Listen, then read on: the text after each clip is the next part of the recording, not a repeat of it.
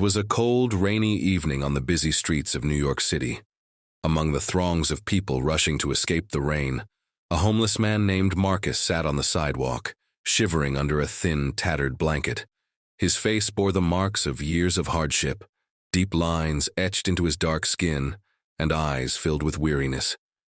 Despite his circumstances, Marcus had a kind heart and often helped other homeless individuals with what little he had. On this particular evening, he noticed a woman struggling near her luxury car parked at the corner. The woman, Claire, was impeccably dressed, her designer coat doing little to shield her from the pouring rain. She was visibly distraught, pacing back and forth with her phone in hand. Frustration etched across her face. Marcus, observing her from a distance, hesitated for a moment. He knew his appearance might make her wary, but something about her distress struck a chord within him. Summoning his courage, he approached her cautiously, his voice gentle yet steady. "Ma'am, you seem like you need help. Is everything okay?" Claire turned sharply, her face a mixture of surprise and annoyance. "My car won't start, and my phone just died. I have an important meeting I'm late for. I don't know what to do," she replied, her tone dismissive. Marcus could see her hesitation as she sized him up, her eyes flickering to his worn clothes and unkempt appearance. Yet he remained patient, offering a small, reassuring smile. "I know a little about cars," Marcus said, gesturing toward her vehicle. "If you'd like, I can take a look." Claire hesitated, the skepticism evident in her gaze. But with no other options and no help in sight, she relented. "Fine," she muttered, stepping aside. Marcus worked quickly, checking under the hood despite the rain drenching him. Claire watched from the side, her arms crossed as she shifted uncomfortably. Within a few minutes, Marcus identified the problem: a loose connection in the battery cables. Using a tool he borrowed from a nearby street vendor, he managed to fix it temporarily. The engine roared to life, and Claire looked genuinely surprised, though her gratitude was restrained. "Thank you," she said curtly, pulling a crisp $50 bill from her purse and handing it to him. Marcus looked at the bill, and then at her, shaking his head. "I don't want your money," he said simply. "Just glad I could help." Claire froze, clearly not expecting such a response. As Marcus stepped back, ready to return to his spot on the sidewalk, she found herself watching him with a mix of confusion and curiosity. For the first time, she noticed the kindness in his eyes and the sincerity in his actions, something she wasn't accustomed to in her fast-paced, materialistic world. As Claire drove off, her thoughts lingered on the homeless man who had helped her without asking for anything in return. She couldn't shake the feeling that there was more to his story, something beneath the surface that she had overlooked. Marcus, meanwhile, returned to his spot, unaware that his brief act of kindness had planted a seed of change in Claire's heart. He had no idea how deeply their paths would intertwine in the coming days, or how his selflessness would set off a chain of events that would alter both their lives forever. The next day, Claire couldn't stop thinking about the homeless man who had helped her. She was back at her office, surrounded by towering stacks of paperwork and an endless stream of calls. Yet her mind kept drifting to Marcus. She had spent most of her life climbing the corporate ladder, fighting to secure her place as a senior executive in a prestigious firm. The world she lived in was polished and ruthless, one where vulnerability was often seen as weakness. Yet, in Marcus's act of selflessness, she had seen a strength that unsettled her. That evening, Claire made an impulsive decision. She drove back to the corner where her car had broken down, searching for Marcus. The rain had stopped, but the air was still damp and chilly. She parked nearby and scanned the area, her heart sinking when she didn't see him in the usual spot. Just as she was about to leave, she noticed a small group of homeless individuals huddled together near a makeshift shelter. Gathering her courage, she approached them, her heels clicking sharply on the pavement. "Excuse me," she said, her voice hesitant but firm. "I'm looking for someone. His name is Marcus. He helped me yesterday with my car. Do you know where he might be?" The group exchanged glances, their faces a mixture of surprise and wariness. Finally, an older man stepped forward. "Marcus is over at the community kitchen," he said, pointing down the street. "He volunteers there sometimes, even though he's got nothing himself." Claire's eyebrows raised in surprise. She thanked them and made her way to the kitchen. It was a modest, bustling space where volunteers served hot meals to the homeless. The smell of soup and freshly baked bread filled the air. Amid the chaos, Claire spotted Marcus. His back turned as he carried trays of food to the tables. He wore the same tattered jacket as before, but his demeanor was calm and purposeful. She stood there for a moment, unsure of how to approach him. Finally, she called out, "Marcus." He turned, his expression flickering with surprise and curiosity as he recognized her. "You're the lady with the car," he said, walking over. "Did something happen to it again?" Claire shook her head, feeling a bit out of place. "No, the car's fine. I wanted to thank you properly, and maybe talk if you don't mind." Marcus studied her for a moment, his guarded expression softening. "Sure," he said, nodding toward a quiet corner. They sat down, and Claire found herself struggling to find the right words. "You didn't have to help me yesterday, especially without expecting anything in return," she began. "Most people wouldn't have." Marcus shrugged. "Most people aren't bad. They're just busy, caught up in their own lives. I've had help from strangers before, so I try to pay it forward when I can." Claire was taken aback by his perspective. "But you're homeless," she said, the words tumbling out before she could stop them. "Shouldn't you be the one receiving help?" Marcus gave a small, knowing smile. "Just because I'm down on my luck doesn't mean I don't have something to give. Kindness doesn't cost anything." As their conversation continued, Claire learned more about Marcus's life. He had once been a construction worker, building homes and dreams for others. But a series of unfortunate events, an injury, mounting medical bills, and the loss of his job, had left him on the streets. Despite everything, Marcus had held on to his dignity and his belief in helping others. His words struck a chord with Claire, making her question the values she had built her life around. When she left the community kitchen that night, she couldn't shake the feeling that meeting Marcus had been more than a coincidence. Over the next few days, Claire couldn't let go of her thoughts about Marcus.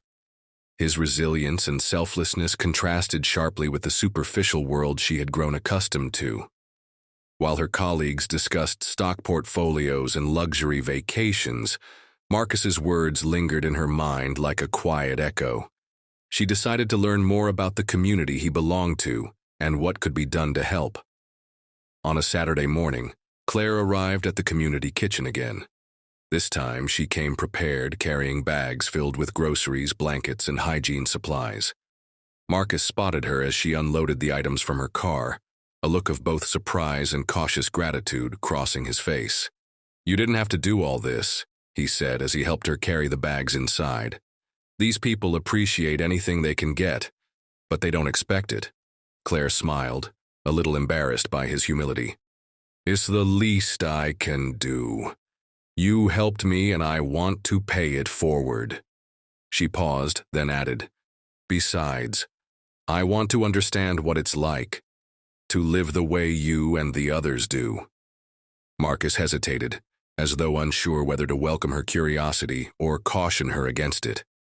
"It's not an easy life," he said finally, "but if you're willing to step outside your world, I'll show you."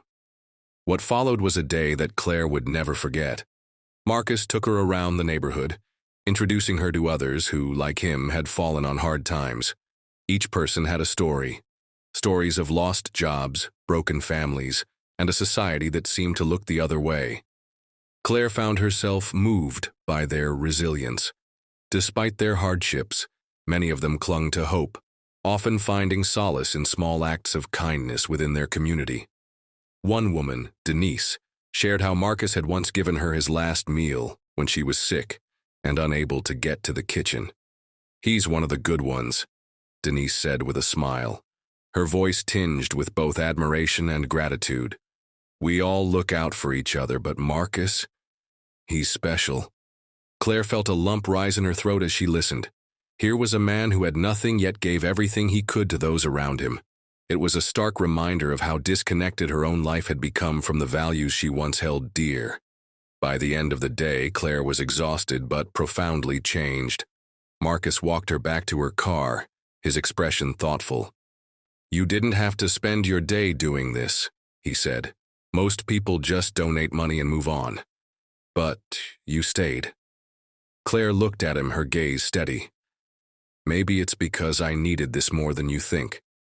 Meeting you has made me realize how much I've taken for granted, how much I've overlooked." Marcus didn't reply immediately.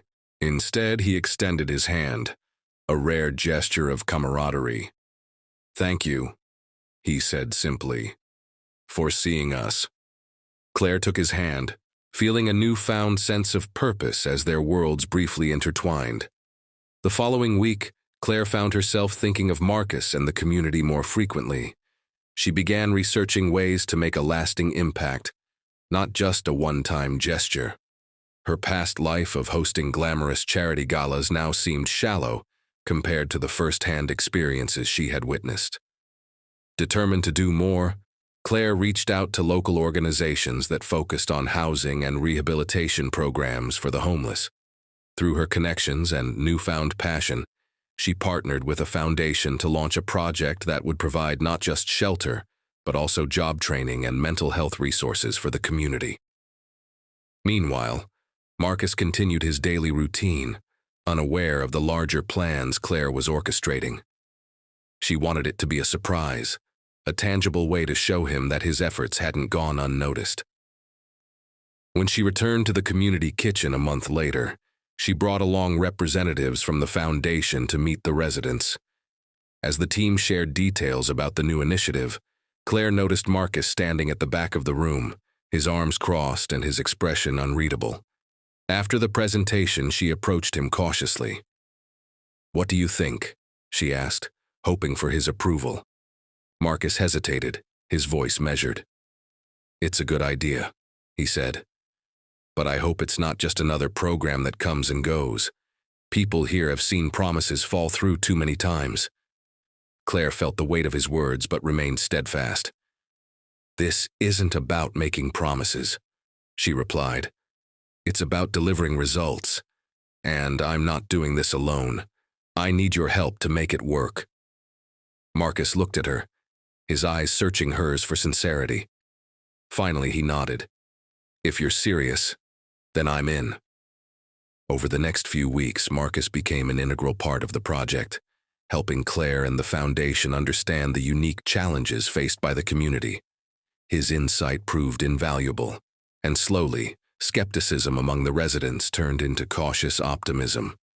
Claire marveled at Marcus's ability to connect with people, his quiet leadership inspiring trust and hope. As the project gained momentum, Claire and Marcus developed a deeper bond. Their conversations ranged from logistics and funding to personal stories and dreams for the future. Marcus shared more about his past, a life once filled with promise until a series of unfortunate events left him on the streets. Claire, in turn, opened up about her struggles with loneliness and the emptiness she felt despite her material success. In each other they found a kindred spirit, two people from vastly different worlds united by a shared purpose. By the time the first shelter opened its doors, the transformation within the community was palpable. Marcus stood beside Claire at the ribbon-cutting ceremony, his usually reserved demeanor giving way to a rare smile. As the crowd applauded, Marcus leaned over and said quietly, "You didn't just see us, you believed in us." Claire felt a swell of emotion, her voice steady as she replied, "It was you who made me believe." The moment marked not just the culmination of their efforts, but also the beginning of a new chapter, one where hope and resilience triumphed over despair. Together, they had not only changed lives, but also forged a friendship that bridged the gap between two seemingly distant worlds. The story of Claire and Marcus is a testament to the transformative power of kindness and belief in others. What began as an act of compassion from a homeless man grew into a life-changing mission, bridging two vastly different lives to create lasting hope for an entire community. Their journey reminds us that true change happens when we see beyond our differences and work together for a common good. No matter where you come from or what challenges you face, a single act of kindness can ignite a ripple effect that changes lives. Let's strive to be the spark in someone's story.